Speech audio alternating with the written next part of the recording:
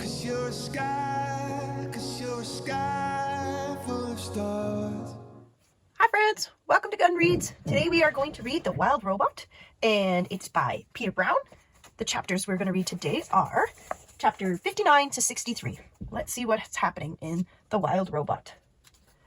Chapter 59, The Spring. Dripping water, flowing water, splashing water. Winter's blanket of snow and ice was finally beginning to melt. White was fading away to expose the grays and browns that had been hidden beneath. Little green buds were appearing all over. Crowds of bright flowers were rising up from the dirt, and soon the island would be bursting with rich scents and colors. At long last it was spring. The lodges returned to their own homes.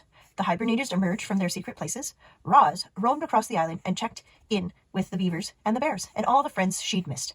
Then the robot went home to work on her garden. After the bitterest winter anyone could recall, life was slowly returning to normal. However, it was a quiet spring. There were fewer insects buzzing, fewer birds singing, fewer rodents rustling. Many creatures had frozen to death over the winter. Oh no! And as the last of the snow melted away, their corpses were slowly revealed. The wilderness really can be ugly sometimes. But from the ugliest came beauty. You see, those poor dead creatures returned to the earth. Their bodies nourished the soil, and they helped create the most dazzling spring bloom the island had ever known. Chapter 60, The Fish. Help, help! He's got my tail! Paddler was splashing and screaming in the pond. Mr. and Mrs. Beaver were nowhere to be seen, so Roz picked up a fallen tree branch and stomped into the shallows.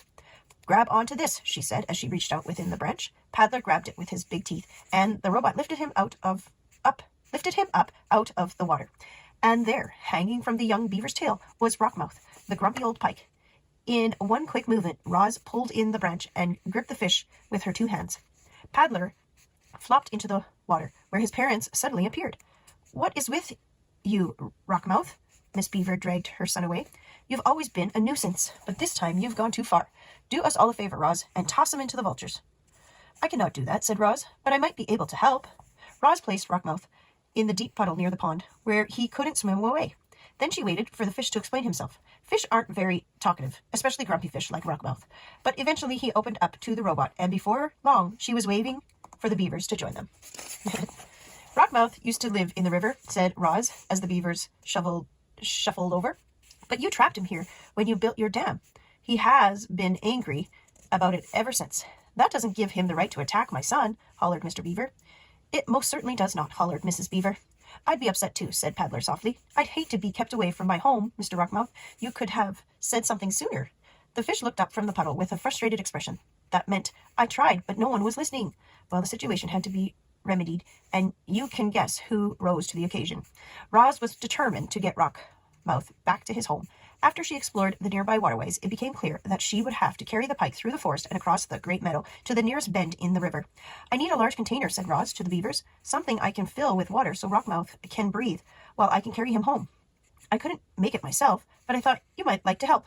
It couldn't have been easy to overcome her anger with Rockmouth, but after Miss Beaver had a chance to cool off, she finally came around. I suppose we're partly to blame for this whole situation, she muttered. Then the beavers did the right thing, and together they carved out a wooden barrel for the fish. Here you go. Miss Beaver rolled the barrel over to the puddle, where the robot and the fish were waiting. This should work nicely, Rockmouth. I hope you're happy back in the river.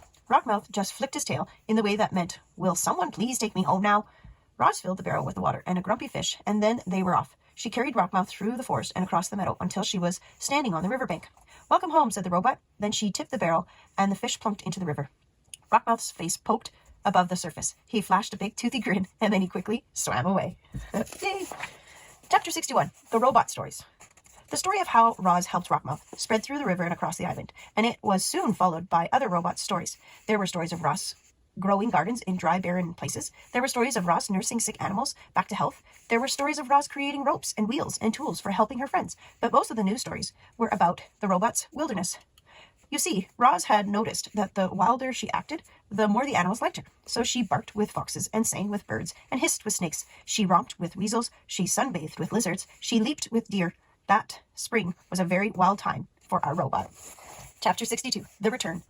It was a quiet afternoon on the pond, but the quiet was gradually being overtaken by sounds not not heard around there for many months. The sounds grew louder and louder, and then a flock of geese appeared above the trees. Honk, honk, honk. Oh, I wonder if Gosling is back. Most flocks of geese move lazily through the sky and trail off in wobbly lines, but not this one. This flock was fast. It flew in a perfect V formation, and it was led by a small, graceful goose. The flock flew once around the pond before gliding down the gently splashing into the water. The geese gathered in a tight group in the middle of the pond. They floated there for a while, softly honking to one another. And then the leader broke away from the others. He swam straight toward the nest, waddling into the garden, and fluttered up to his mother's shoulder. "Welcome home, son," said Roz. "It's good to be back, Ma," said Bright Bill. Yay! Bright Bill's back. The Gosling. Chapter 63, The Journey. After months of separation, Roz and Bright Bill, mother and son, were together again, and they had so much catching up to do. They went into the nest, and the robot built a fire. Then the goose gazed into the flames and told the story of his winter. This is what he said. "We spent the whole first day of our migration flying over the ocean. It seemed like the ocean would go on forever. But just when the flock was getting tired, Longneck pointed to some tiny islands on the horizon. We flew down to one of the islands and ate dune grass and rested our wings. After a few days of hopping from island to island, we reached the mainland and continued over fields and forests, and then the snow began to fall. I'd never seen snow before, and at first I thought it was beautiful, but it just kept coming. The others explained that the snow was early, that we were never supposed to see it, but there was piling up around us as we tried to sleep at night. Longneck worried that the weakest geese wouldn't survive, and he was right. We lost old Widefoot to that very first snowstorm. We tried to fly around the snowy weather, but we got completely lost, and the weather became even worse. Lakes and ponds and rivers began freezing over. We couldn't find food or water, so we ate snow, and that only made us colder. We had trouble cleaning ourselves, and our feathers became dirty and heavy. The flock was in bad shape, but Longneck kept us moving. We were geese, he squawked, and geese kept going. One day, we were struggling through a snow shower when we saw something called a farm. It had perfectly square fields and enormous buildings, and stomping her way through the farm was a robot. She looked just like you, Ma. Longneck sent me over to speak to the robot, but I couldn't understand anything she said, so I just followed her through the farm and around a corner, and then I saw something I never expected. Plants. Bright, colorful plants.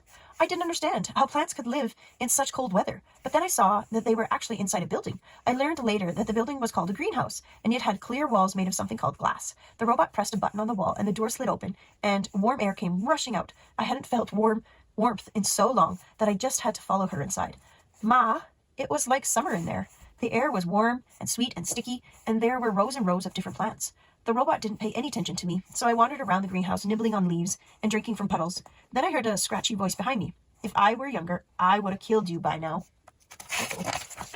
I spun around, and there was an old cat. She walked on stiff legs, and her fur was gray and clumpy.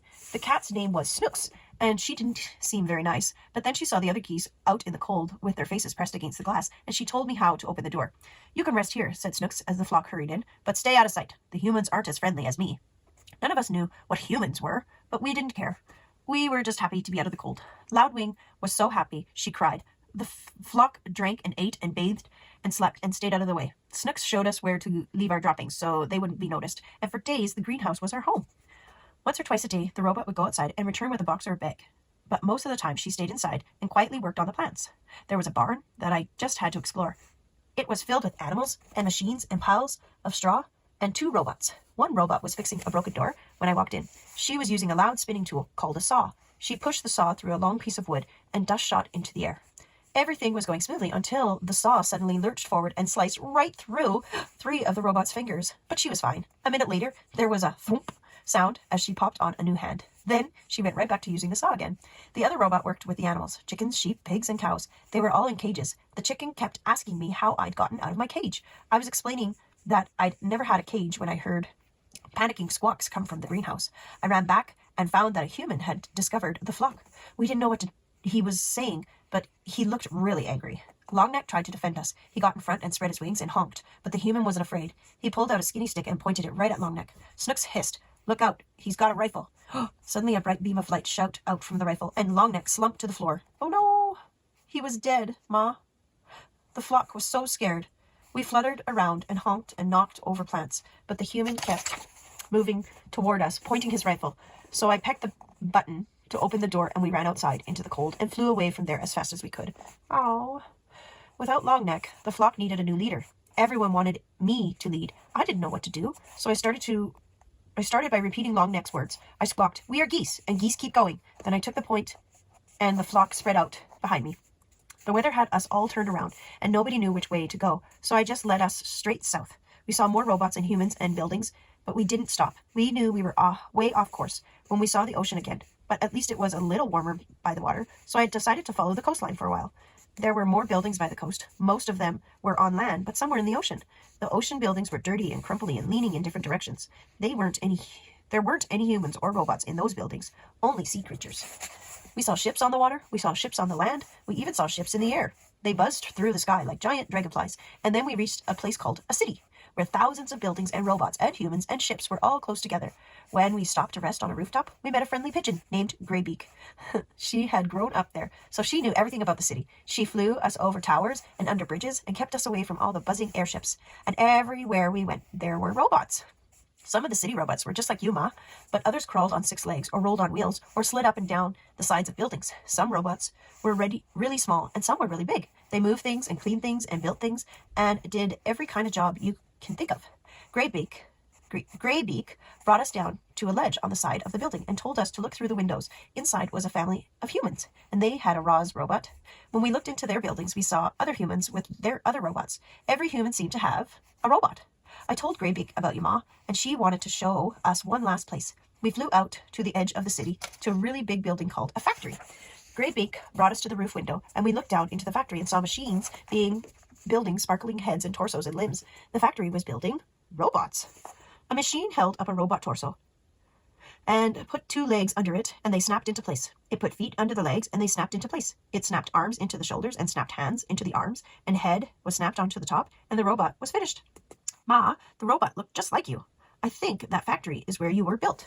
I wanted to watch more robots being built, but it started snowing again, so we said goodbye to the Greybeak and continued flying south. We saw fewer robots and humans and buildings and ships. The air was becoming warmer and the snow disappeared. We started seeing other flocks of geese in the sky, so we followed them to the middle of a wild, grassy field where there was a lake and hundreds of other geese. We had finally reached the wintry grounds. After all we'd been through together, our flock had become very close. We kept to ourselves, eating and resting and remembering the geese we'd lost. But after a few weeks, we began to mingle with the other flocks.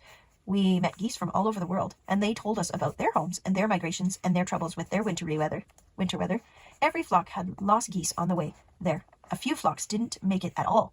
Before we knew it, the early spring flowers were poking up, and it was time to fly home. We followed the usual migration route north. We flew over fields and forests and hills, but we didn't see any signs of humans or robots, and that was fine with us. Eventually, we reached the ocean, and then our island, and then our pond. And then I saw you.